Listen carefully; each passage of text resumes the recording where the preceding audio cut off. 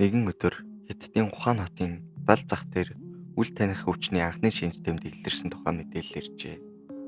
Ихэнхдээ жирийн ханиад мэт сонсон боловч хэдхэн хоногийн дотор амьсгалын дутагдaltaй өвчтнүүд эмнэлгийн орыг дүүргэж байлаа. Эмчид нар үл мэдэгдэх вирусын гарал үүслийг тогтоох гэж цөхөрж эхлэв. Хамгийн сонирхолтой нь хинч яг юунаас хаанаас энэ бүхэн эхэлснийг мэдээгүй. Нэг дэх таамаг бол сарьсан баг баха. Хоёрт нь лабораториос алдагдсан байж мэдэх биологийн зэвсэг.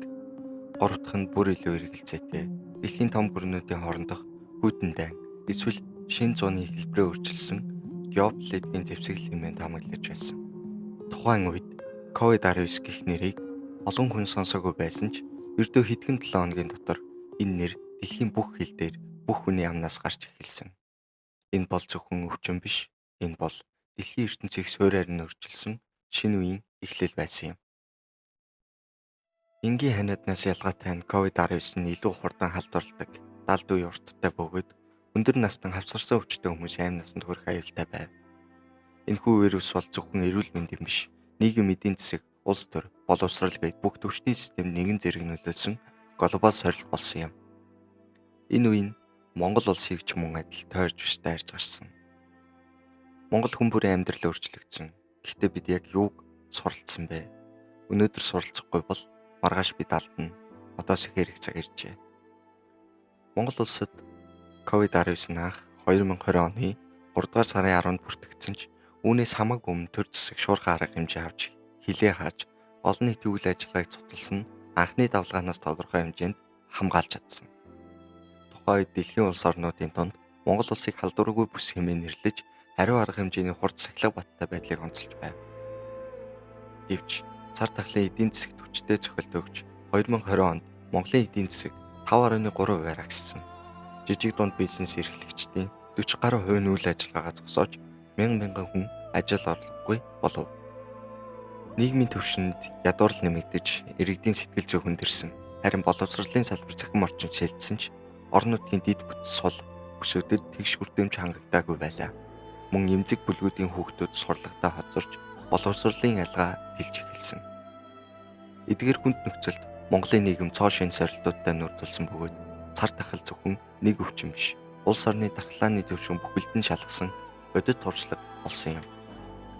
Цар тахлыг Дэлхийн эрүүл мэндийн байгууллага галбан ёсоор цар тахал хэмээн зарсны дараахан Монгол улс форс мажор буюу гинтийн давтагдшгүй нөхцөл байдалд орсныг хүлээн зөвшөөрж үндэсний онцгой комисс, эрүүл мэндийн яам, бусад холбогдох байгууллагуудын оролцоотойгоор шуурхай штаб байгуулсан. Сар шинийн баярыг хориглох, олон улсын бүх нийслэлийг зогсоох, хил хязгаарыг бүрэн хаах зэрэг маш хурц шийдвэрүүд гаргасан. Энэ бол тухайн үед улс төрийн эрх зориг шаардсан үйлдэл байсан. Мөн тусгаарлах байр, PCR шинжилгээний лаборатори, эмнэлгийн хамгаалтын хэрэгслийн нөөц бүрдүүлэлт, түргэн тусламжийн автомашины шинжилэл зэрэг хөтөлбөрүүдийг богино хугацаанд хэрэгжүүлсэн. Цахим шилжилт, төрийн үйлчилгээний дижиталчлал богино хугацаанд урагшилсан. 2021 оны 2 дугаар сараас эхэлсэн вакцинжуулалтад Монгол улс 4 төрлийн вакцин, Sinopharm, Sputnik 5, AstraZeneca, Pfizer зэрэг Дэлхийн эрүүл мэндийн байгууллагын хүлээн зөвшөөрсөн төрөл бүрийн вакциныг ард иргэдийн өөрсдийн сонгох итгэл үнэмшил тааруулан авч хэрэглэсэн тухайн үеийн дэлхийн улс орнууд донд маш цөөн тохиолдож байсан. Тэрний нэг нь Монгол улс юм. Монгол улс вакцинжуулалтаа 2021 оны 2 дугаар сараас эхлүүлж ердөө 6 сарын дотор хүн амынхаа 60 гаруй хувийг дархлаажуулж чадсан. Энэ тухайн үед дэлхийн хамгийн хурдан вакцинжуулсан эхний 5 орны нэг болох үзүүлэлт байлаа. Вакцин татан авалт, хадгалалт, тарилгын зохион байгуулалт, эмч мэргэжилтнүүдийн сургалт зэрэг нь бүгд богино хугацаанд уялдаа холбоотой хийгдсэн. Үүнээс илүү чухал нь олон нийтийн дунд итгэлцэл хадгалагдаж, төрийн шийдвэрийг дийлэнх иргэд дэмжсэн явдал байв. Гэрээсээ гарахыг хориглосон зар тарахад Улаанбаатар хот гинэт бүх гэрлийн унтраасан мэт нам гүн болсон. Хүмүүс цонхны цаанаас харж дэлгүүрлөө ганц 2 хүн явган алхах нь ажиглагдана. Гэхдээ энэ нам гүмийн цаана нэг зүйл ургаж байлаа. Энэ бол цахим шилжилт. Цар тахлын үед хийгдсэн хамгийн том стратегийн алхмуудын нэг бол төрийн үйлчилгээ, боловсролын худалдаа, бизнесийн бүх салбаруудыг онлайнаар ажиллах горимд оруулсан явдал байв. Энэ тухайн үед төр арга хэмжээ мэт санагдаж байсан ч өнөөдөр шинэ хэвийн байдалд орж хувирсан байна. Жишээлбэл E-Mongolia платформ 2020 онд 181 төрлийн үйлчилгээг цахимаар үзүүлж эхэлсэн. Харин өнөөдөр 700 гаруй төрлийн үйлчилгээтэй болж зөвхөн дотооддоо бус гадаадад байгаа иргэдэд төрийн үйлчилгээг цаг орон зайнаас үл хамааран авах боломжтой болгосон байна. Энэ бол зөвхөн технологийн шийдэл биш, төр иргэн хоёрын харилцааны шин соёл юм. Боловсролын салбарт ч мөн адил. Тэлээ хичээлгэх үгийг бид тэр үед л анх сонссон. Гэвч өнөөдрийн хичээлүүд аслагдсан бүсийн олон мянган хүүхдүүдэд боловсролыг тэгш хүртээмжтэй хүргэх арга болчихсон байна. Зарим сургуулиуд хосломол хэлбэрийн сургалтын тогтвортой нэвтрүүлж, багш нар цахимаар зах чадвартай болсон системийн шинэ шат руу шилжсэний илрэл байлаа. Хувийн хвшлийн байгууллагууд дижитал шилжилтийг хурцсгаж, цахим банк, онлайн худалдаа, QR төлбөр, хүргэлт зэрэг шинэ системүүдийг нэвтрүүлсэн. Зарим нь бүр цар тахлын үед шинээр өсөж, өнөөдөр амжилттай стартап болон өсөн бодсон байдаг. Цар тахлын үед төр иргэн бизнесийн салбар гуруула айдсаар нэгний шүүмжлэх биш, системийн шинжилэл хийх боломж болгон хуургаж чадсан нь Монгол улсын хувьд үнэхээр том олд байсан юм. Сайнны хажуугаар саар гихчээр авилга хийх бол мөнгөний ханш унах инфляци өсөл зэрэг газар авч байлаа. Тухайлбал COVID-19 эсрэг 10 их найд болон Монгол улсын эрүүл мэндийн байгууллагт төсвөлсөн 1.5 их найд төгрөгийн авилга хийх ахлын эргүүд бүх шатанд газар авч байлаа. COVID-19 цар тахлаас үүдэн Монгол улсын эдийн засаг санхүүгийн зах зээл бий болсон хүндрэлүүдийг дамжрахаас сэргийлэх зорилгоор Монгол улсын засгийн газар 2021 оны 2 дугаар сарын 17-ны өдөр эрүүл мэндийг хамгаалж эдийн засгаас сэргийлэх 10 их найдын цогц төлөвлөгөөг баталсан. Жижиг дунд үйлдвэрлэл үйлчилгээ эрхлэгчдэд жилийн 3% хүүтэй 3 жилийн хугацаатай 2 их найд төгрөгийн зээл, залуучуудыг ажил мэргэжилд бэлтгэх, эрүүл чирэг, идэвхтэй амьдралд хэв маягт хөтлөх 2 сарын хугацаатай тэтгэлэг сургалтад хамруулах 500 тэрбум төгрөг. Эхний ээлжинд Улаанбаатар хотод барих залуус 1, 2, 3 дугаар хорлолын дэд бүтц газар олох орон сууцыг 1 маягийн зургаар барих ипотекийн хөнгөлөлтөд зээл болох зэрэгт 3 их найд төгрөг. Стратегийн ач холбогдол бүхий томоохон төсөл хөтөлбөрүүдийг хэрэгжүүлэхэд 2 их найд төгрөг, хөдөө аж ахуйн үйлдвэрлэл малчтын орлого амжиргааг дэмжих зорилгоор 500 тэрбум төгрөг. Монгол банкны жилд 1 их найд төгрөг байгаа репо санхүүжилтийг 2 их найд төгрөг болгож нэмэх. Ингэхдээ жижиг дунд үйлдвэрлэл эрхлэгчдэд олгох 300 сая төгрөгийг 500 сая төгрөг болгох. Уулуурхайн бус экспортын үйлдвэрлэл эрхлэгчдэд олгох 1 тэрбум хүртэл төгрөгийг 3 тэрбум хүртэл болгох зэргээр тусгасан юм. Бизнесийн удирдлагын доктор хэрэгжүүлж би лавж авын үзэж байгаагаар 2020-с 2021 он улсын төсөвт нийт 8.1 их найд төгрөгийн алдагдал гарсан төгрөгийн үнэ хөдөлт нөлөөлж мөнгөний ханш 20% унсан гэжээ. Мөн тэрээр 10 их найд хөтөлбөрийн хүрээнд 4 их найд төгрөгийг шинээр хэвлсэн инфляцид нэмэлт дарамт учруулсан гэж үзэж байна. Гэхдээ 2020-с 2021 онд COVID-19-ийн улмаас эдийн засаг агшиж төсвийн алдагдал өндөр байсан тул дан ганц төсвөөс энэ мөнгийг гаргах боломж бага байсан. Дэлхийн банк, Азийн хөгжлийн банк зэрэг олон улсын санхүүгийн байгууллагуудаас бага хүүтэй урт хугацаатай зээл авсан сангийн яамны тайланд дурддагцснаар 2021 онд Монгол улсын нийт өр 32 их найд төгрөгөд хүрсэн байна. Энэ нь өмнөх жилүүдтэй харьцуулахад огцон өсөлт юм.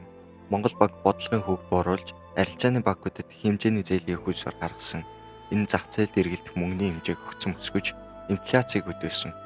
Монгол банк зээлийн хөвд бууруулах стратегийн хүрээнд бага хүүтэй санхүүжилтийг арилжааны банкудад өгч банкуд цааш нь иргэд аж ахуйн нэгжүүдэд зээл хэлбэрээр гаргасан.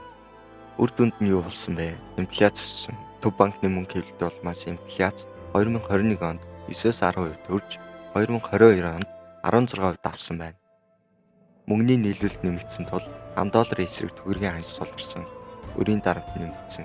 10 их найд хөтөлбөрт зарцуулсан зээлүүдийг засгийн газар тодорхой хугацааны дараа төлөх ёстой байсан. Энэ нь улсын өрийн дарамтыг нэмэгдүүлсэн байна. Эрүүл мэндийн байгууллагын хувьд Монгол улс 2020-с 2021 онд COVID-19 цар тахлын эсрэг эрүүл мэндийн салбарт зориулан нийт ойролцоогоор 1.5 их найд төгрөгийг төсөөлсөн байна. Хариу арга хэмжээ авахд 2020-с 2021 онд нийт 217 тэрбум төгрөг, 30 гаруй төрлийн онцлогоо яаралтай тусламжийн тоног төхөөрөмж, 14 сая $1 эмнэлгийн тоног төхөөрөмжийн худалдан авалтын гэрээ байгуулсан. 1 сая $1 үн бүхий Бэйли Маск хамгаалтын хувцас авсан гэж дурдсан. Эмнэлгийн хэрэгсэлд төсөв $2.9 сая төсвөлсөн. Яг ямар эмнэлгийн хэрэгсэл яаж авсан тодорхой биш.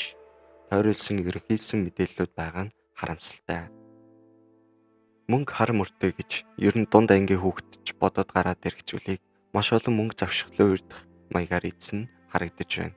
Эрүүл мэндийн байгууллага зарцуулсан бүх мөнгийг бодоод үзэхэд ойролцоогоор 1 их 80 илүү гарч байна.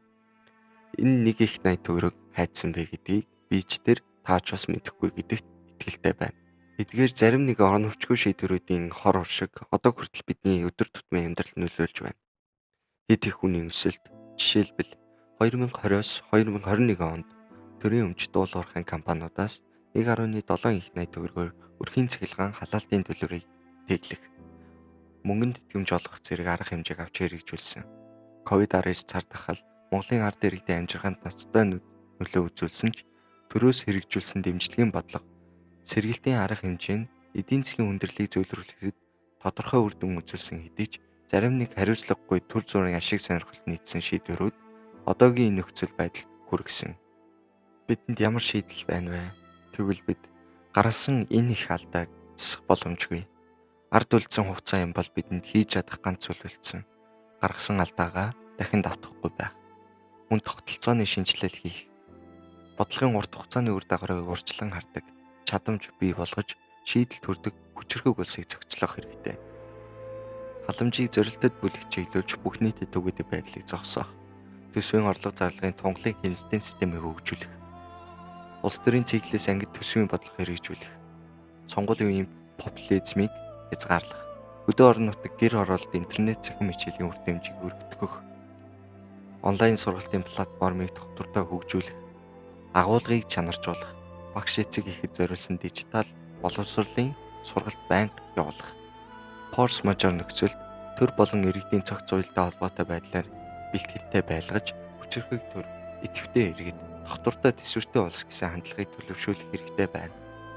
Орон нутгийн өөрийгөө хангах хүнсний системийг чанаржуулах, төсвөртэй сум дөрөв хөтөлбөрийг хэрэгжүүлэх, эрчим хүч, ус дэд бүтц мэдээллийн бие даасан байдлыг хангах хэрэгтэй.